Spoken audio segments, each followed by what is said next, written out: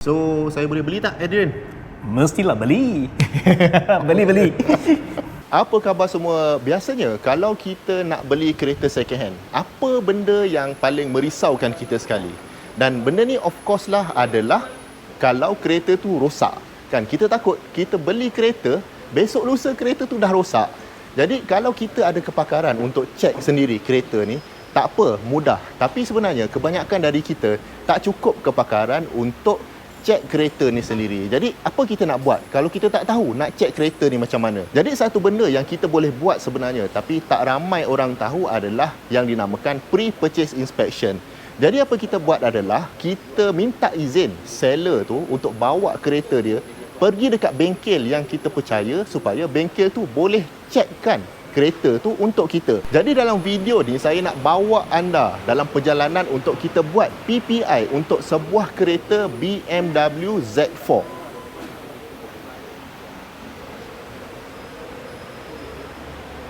Okey, kereta ni umur dia dah 18 tahun. Jadi buyer memang takut sikitlah untuk beli kereta ni sebab kereta ni dah lama plus kereta Continental pula. Kalau korang berani tak nak beli kereta macam ni? Jadi buyer ni apa yang dia buat adalah dia minta seller bawa kereta ni untuk buat pre-purchase inspection. Sekarang ni saya berada di NSS Service dekat Shah Alam dan sekejap lagi kita akan interview owner dia untuk dia ceritakan apa yang mereka akan buat. Ada 25 step yang dia akan buat untuk cek segalanya tentang kereta ni dan kemudian dia akan keluarkan report dan dia akan bagi tahu kita berapa kos untuk buat PPI ni. Kemudian anda boleh decide berbaloi atau tidak buat PPI sebelum beli kereta second hand. Okey, jom kita tengok. Okey, so bersama saya sekarang adalah Encik Adrian. Okey, so Encik Adrian adalah owner kepada kedai ini dan kita nak tanya. So Adrian, kenapa PPI ni penting untuk kereta second hand? Hai guys, apa khabar? Okay, so PPI penting kenapa? Kereta yang kita beli tu dia dah lama. So let's say 5 tahun, 10 tahun. So kita nak check condition kereta betapa baik atau teruk condition kereta. So bila beli kereta, kita tahu kita nampak kalau dia punya cat dia okey tapi dalam bawah dia suspension ada oli tak? Ada minyak yang meleleh keluar, kita nak check semua tu. Okey. Jadi mungkin nanti di hujung-hujung video ni kita akan tengok report. Ya, betul. Dan mungkin kita akan cerita sikit kos, kemudian kita biar pendengar decide sama ada berbaloi atau tidak buat PPI ni. Jadi boleh tak Adrian ceritakan sikit apa sebenarnya yang kita check? Ada 25 point inspection. Ya, betul. Okey, kemudian lepas ni mungkin untuk completekan inspection tu kita kena pergi test drive pun kita akan bawa anda bersama. Jadi first of all apa dia antara 25 point inspection tu, Adrian? So kalau PPI dia ada 3 main area lah. Yang pertama ialah dia punya 25 point inspection. Yang kedua test drive yang tadi Azbullah cakap. Yang ketiga ialah dia punya diagnostik. Kita akan ambil OBD socket, diagnostik untuk kereta, dia punya engine, dia punya gearbox dan dia punya ABS kalau ada ABS lah. Okay, so kalau maintain PPI 20 point inspection, kita akan check semua kereta dari dia punya dalaman, dia punya lampu, dia punya bawah di suspension, tengok ada dia leaking tak, dia punya gearbox semua tu lah, kita akan check semua lah. Battery, brakes yang penting-penting sekali. So setengah workshop yang dia kacap PPI ada 100 point, 200 point. So dia sama juga because kalau 1 point lampu, dia akan cakap 1 point, 2 point, 3 point. Untuk kita, semua lampu ialah 1 point. Kita akan cek semua lampu yang akan berfungsi tak berfungsi. Okey, jadi lepas ni kita akan jack kereta ni. Ya, betul. Dan kita akan tengok Adrian explain dengan lebih detail macam mana inspection yang diorang lakukan dekat NSS ni. Okey, jom kita tengok. Jom. Baik, sekarang kita tengah buat diagnostik. So apa dia buat adalah dia akan masukkan kabel ni dekat dalam OBD port kereta Z4 ni. Okey, dan kita nak tanya Adrian sikit proses ni apa yang kita boleh nampak sebenarnya.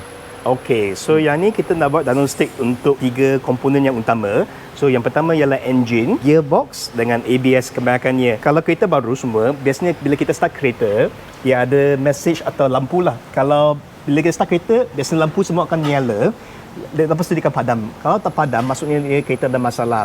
So kita buat ini untuk tengok dia punya history, sejarah dia punya fault code atau error code atau DTC lah, diagnostic trouble code. Kadang-kala biasanya macam kereta macam handphone, kadang-kala dia kena reset balik dia punya code semua tu, make sure that dia punya kereta tu okey lah. Ya, tapi kadang-kadang kita akan detect code yang agak serius. So kemungkinan kita ni ada masalah yang sebelum tu. Kemungkinan kalau airbag semua dia ada masalah, ada keluar fault code, kemungkinan kita ni dah terlanggar dalam accident yang teruk ke, untuk jadikan airbag dia semua ada masalah. Okey, jadi terima kasih Adrian. Okey, sama. Kemudian selepas ini kita akan tengok pula bahagian bawah kereta. Okey atau tidak. Okey, jadi sekarang diagnostik dah selesai. Jom kita tengok Adrian explain apa yang berlaku dekat kereta ni sebenarnya. Ya, okey. So yang tengok ni, kita punya diagnostik ni, dia akan check semualah sekali. Tapi yang kita tengok yang di merah lah. So merah tu maksudnya dia ada dia punya history fault code atau diagnostic trouble code. So macam ni ECM, dia punya engine. So kita boleh check tengok apa yang dia dalam. For example, yang ni mixture preparation lah. So kemungkinan dia ada leak ke, tapi tak semestinya sekarang berlaku. That means dulu dia mungkin ada, tapi dia tak clear dia punya fault code semua tu. Yep. So lepas tu kita ada lagi dia punya gearbox. Tadi husband nak check lah dia punya wheel speed sensor, betul wheel speed sensor yang bermasalah. Then dia punya ABS tu, wheel speed sensor juga. Okey, jadi ini adalah kemungkinan problem-problem yang ada dalam kereta ni. Ya, betul. Itu yang sensor kereta ni bagi tahu kita lah. Ya, betul. Tapi tengok sekarang kereta tu dia tak keluar lampu. Sekarang dia punya ABS, lampu ABS tu semua tak keluar. Tapi dia punya memory tu ada lagi dalam kereta. Okey, jadi mungkin ini adalah memori saja dan mungkin dia adalah problem yang sebenar. Ya, betul. Okey, jadi bila berlaku macam ni, itu yang perlunya ada kemahiran untuk technician ataupun pomen-pomen check benda ni. Kalau kita sendiri, saya sendiri pun tak reti buat benda ni. Okey, jadi itu antara kelebihan PPI lah. Okey, jom kita sambung lagi. Kita akan tanya Adrian apa yang dia orang tengok dekat bawah kereta ni semasa buat PPI. Okey Adrian, let's go. Okey, yes. Come, kita tengok yang kereta bawah ni suspension. Okey. So bagi saya buka torchlight so boleh nampak lagi jelas. Okey, so you tengok macam ni, dia akan check suspension dia, tengok macam mana, tengok bush dia crack ke, dia punya cover crack ke. Macam ni bagus, tak ada benda-benda yang leaking ke apa-apalah. So biasanya kalau ada benda leaking, kita nampaklah dia kesan minyak semua tu. Kalau bush ni pun cover crack, kita akan nampak lah. So bawah ni, lepas tu kita kan biasanya buka cover ni, tengok dia punya engine oil sump, tengok ada leaking tak semua tu. Lepas tu kita akan check dia punya kereta badan dia. Macam ni dia punya suspension arm semua ni, kalau dia ada accident teruk, kita boleh nampak. Kalau dia punya tempat dia dah lari atau dia punya kawasan tu dah macam nampak ganjil sikit lah, biasanya kita ketuk keluar. So far ni nampak semua dia okey, dia cantik semua lah. Okey, lepas tu kita pergi ke belakang. So tengok dia punya exhaust system tu, tengok ada tak.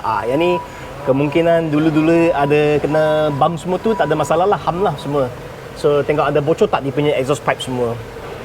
Kita pergi belakang sama juga. Okey. So kat belakang ni pun sama juga, kita tengok dia punya suspension. So kadang-kadang absorber tu nampak akan leaking, so ada kesan minyak semua ni. So yang ni so far okey. Yang tengok dia punya suspension, dia punya arm semua tu lah. Dan lepas tu kita dari luar, kita pun boleh nampak dia punya condition brake dia. Kalau brake disc tengok dah makan ke, dengan brake pad tu tengok ada lagi tak brake pad dia. Okay. Kalau untuk kereta yang recon semua tu, kadang-kadang dari UK dia akan berkarat. So kalau terlalu lama kita tengok dia kena karat okey tak okey. Yang ni so far rasa kereta ni kereta tempatan atau Jepun. Because ni tak ada karat, kesan karat kat dia punya exhaust ni lah. Okey, jadi itu sedikit apa yang mekanik akan check dekat bahagian bawah kereta ni. Kalau ikutkan condition kereta Z4 ni, walaupun dah dekat 20 tahun, nampak bahagian bawah masih kemas lagi, masih terjaga. Tak nampak lah leaking yang obvious.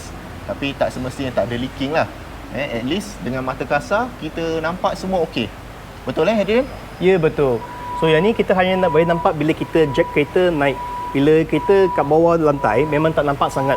Kita buat body cat mungkin boleh kilat, boleh cantik, tapi yang bawah tu yang paling penting, because yang cat tu memang benda kecil. Yang kalau benda-benda yang rosak ni kemungkinan lagi mahal daripada cat kereta. Jadi benda-benda ni lah, bahagian bawah kereta contohnya memang tak boleh nak tengok. Kalau lagi-lagi kalau kita dekat kedai used car, takkan kita nak suruh dia jack kereta tu kan. Jadi ini antara satu advantage lagi lah kalau kita buat PPI.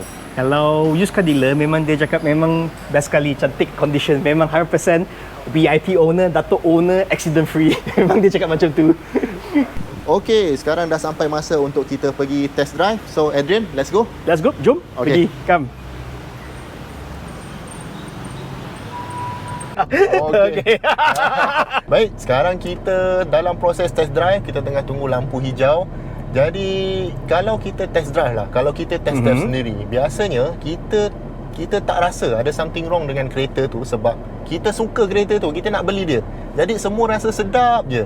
Jadi sekarang ni saya minta Adrian yang drivekan dan dia akan cuba rasa apa benda yang okey, apa yang tak okey dengan kereta ni, dan kita nak belajar dari Adrian lah. So Adrian, apa yang you cuba untuk dapat daripada test drive ni?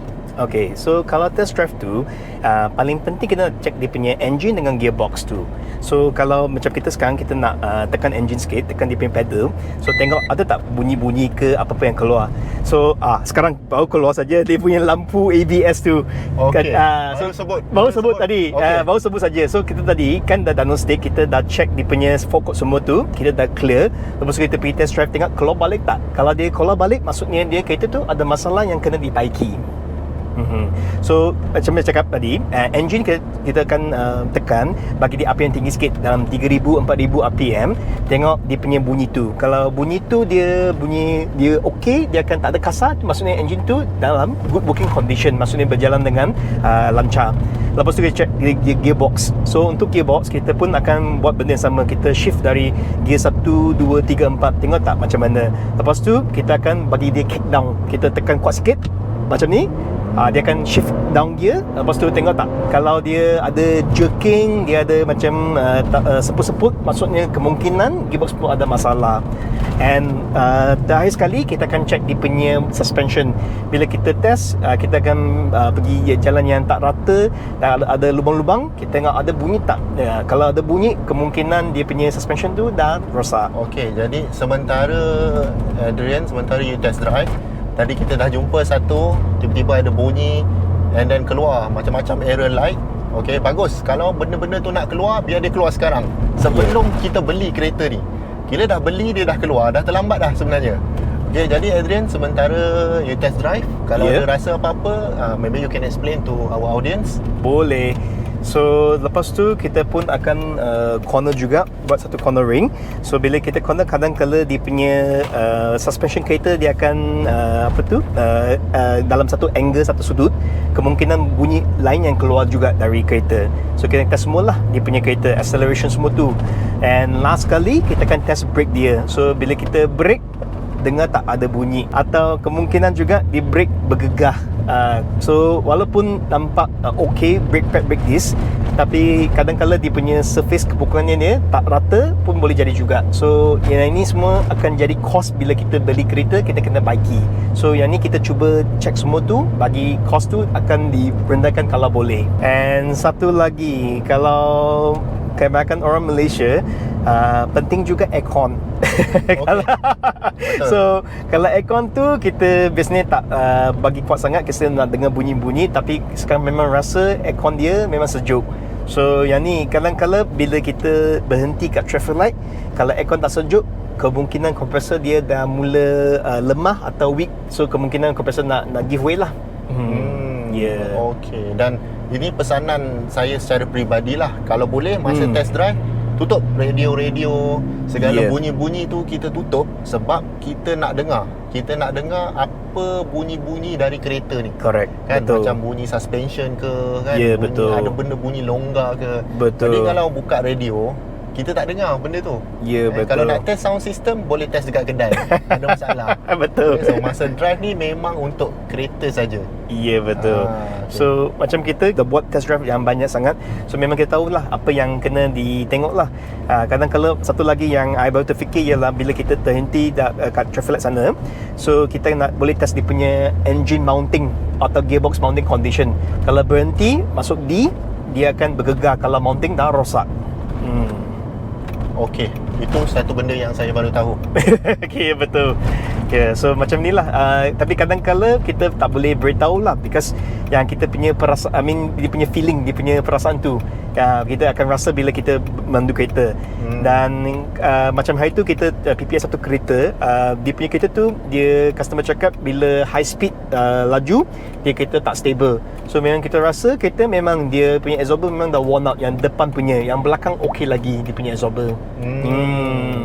Jadi benda-benda ni lah contoh kalau absorber nak kena ganti. Ya. So kalau kita okey, itu boleh jadi bargaining chip lah untuk kita minta owner boleh tak kurangkan lagi harga. Ya, sebab betul. confirm nak kena baiki punya. Ya, betul. Kan? Ataupun kalau kita macam kita tak nak langsung lah, absorber rosak, tak apa, kita boleh cari kereta lain. Jadi berbaloi lah dengan PPI ni. Nanti kita tengok kos. Berbaloi sebab dia mengelakkan kita beli kereta yang ada masalah. Ya, betul. Tapi anda mesti ingat, kereta tu bila kita check, dia okey hari ini, okay? Maknanya tak semestinya besok dia okey. Tapi at least kita punya hati ni tenang sikit lah. Bila nak beli kereta tu, kita tahu masa kita beli kereta ni tengah okey. Kita jangan expect bila kita pergi PPI, hari ni PPI okey, kereta ni akan tahan 3-4 tahun pun tahan. Tak semestinya. At least untuk hari ni kita lega lah, sebab enjin ni okey, kereta ni okey. So kita boleh buat informed decision untuk beli atau tidak kereta ni. Satu lagi point yang nak tambah untuk Hasbullah ialah bila kita beli kereta, biasanya kita pergi Mudah, Khalis, kita akan sort yang paling murah sekali. So kadang-kala yang dua kereta yang sama, lebih kurang sama dia punya mileage mutu, tapi harga dia mungkin beza 5,000 ke atau 10,000. Tetapi kita ambil yang murah punya, kemungkinan kos untuk membaiki kereta tu dah mencecah 10,000 atau 20,000.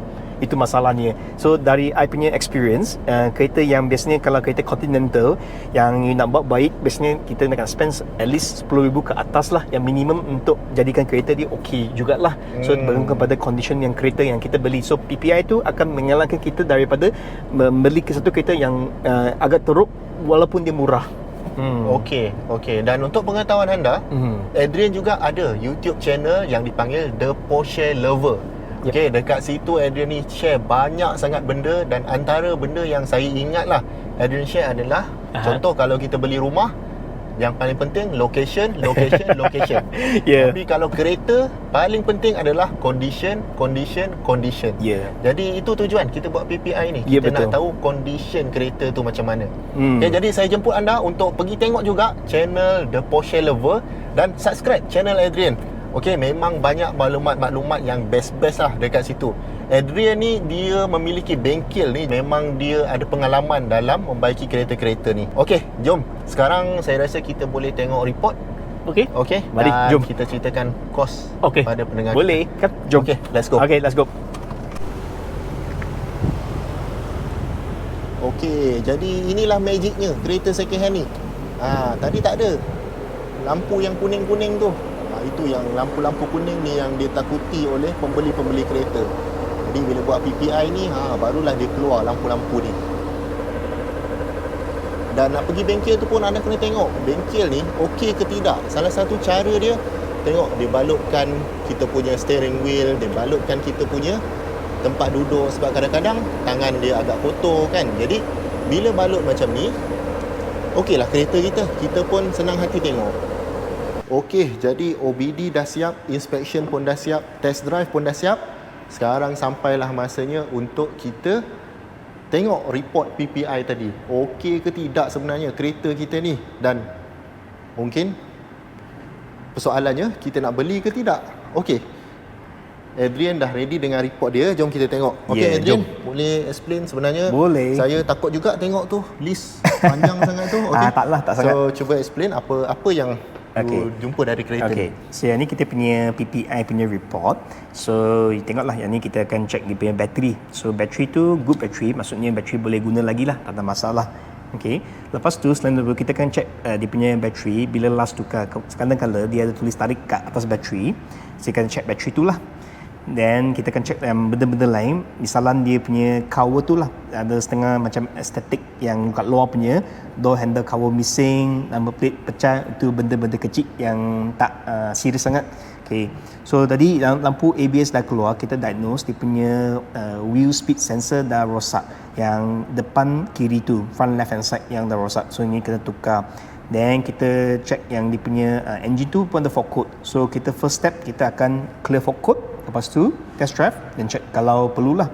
Then kalau brake kita check dia punya minyak brake pun dah ada kotor. Check major service. Yang ni major service biasanya kereta tu kita kena tukar dia punya minyak brake, minyak gearbox, minyak axle kalau ada untuk setiap 80,000 atau 4 tahun lah, yang mana datang dulu. Okay. Kita pun akan check dia punya brake. So kita check brake tu, brake disc depan dia dah bermula nak worn out lah, tapi boleh guna lagi. Brake pad pun dia tinggal 50%, so no issue, boleh guna lagi. Yang belakang brake disc pun sama juga, dia worn tapi tak teruk sangat. Dia punya brake pad tu tinggal 70%, so maksudnya semua okey untuk brake condition. Then kita pun akan letak remark macam ni, check fan belt record. Maksudnya kadang-kala dia punya belt tu nampak okey, dia tak ada patah, tak ada crack, tapi kadang-kala dia belt tu kan dia rubber, dia akan keras. So bila dah keras dia kemungkinan patah. So kita akan recommend tukar sekali lah as a preventive measure lah, untuk mengelakkan masalah breakdown ke atau apa-apa. Lepas tu dia punya converter oil seal ni dia bermula leaking lah, ada leaking sikit lah dia punya oil seal ni lah. Tapi keseluruhan untuk kereta untuk usia ni dengan mileage ini, benda ni rasa agak baik, above average. Maksudnya dari 10 mungkin condition dia dalam 7 atau 8 lah yang dia punya condition. Tapi yang ni pun terpulang kepada you punya expectation. Kalau you rasa memang macam kereta baru, memang tak mungkin. Kalau kereta baru, kena beli kereta baru. Tapi untuk kereta yang lama ni dalam 17 tahun, no issue. Rasa dia memang okey juga dia punya condition. Okey, jadi boleh tak kalau saya cakap yang perlukan immediate attention sekarang adalah wheel speed sensor tadi? Ya, tapi sebenarnya kalau wheel speed sensor, kalau dia tak tukar pun kereta pun boleh jalan. Tapi masalahnya ABS tu tak berfungsi. Okey. So mungkin ada sikit safety lah. Safety kita betul. nak guna ABS tu. Betul. So tapi kalau kita nak jalan, nak pandu, memang tak ada masalah, tak akan breakdown, engine tak akan shut off, gearbox tak akan rosak, macam tu lah. Okey. Jadi anda dah tengok, okey. Banyak juga agak detail yang diorang buat ini. Jadi mungkin anda punya seller akan sakit hati sikit sebab tengok banyak benda, tapi bagus untuk anda sebab anda boleh nego lagi harga sebab ada benda nak baiki kan. Okey. Jadi nampak test yang detail macam ni, Adrian, biasanya lah berapa you charge untuk buat PPI ni? Range harga lah. Okey, so range dia dalam 200 hingga 300 lebih lah, bergantung kepada kereta lah, yang dia punya model dengan dia punya usia. Okey, dan saya estimate tadi dalam 45 minit boleh siap kalau kita buat appointment. Kalau tengok, biasanya kita akan cakap total proses ni dalam sejam lebih 2 jam. Yang detail lah. Okey, so sejam ke 2 jam dengan harga lebih kurang RM300. Ya. Jadi bagi saya personally berbaloi sebab sebelum ni kita takut nak beli kereta 17 tahun. Sekarang kita tahu apa yang tak kena dengan kereta tu, so kita boleh decide kita masih nak beli atau tak jadi beli. Tapi mungkin itu pandangan saya saja. Mungkin pandangan kita berbaloi. Tapi mungkin ada orang setakat nak test kereta mungkin tak berbaloi RM300. So apa kata anda komen dekat bawah ni, apa yang anda rasa, berbaloi ke tidak kita buat pre-purchase inspection ni untuk beli kereta second hand.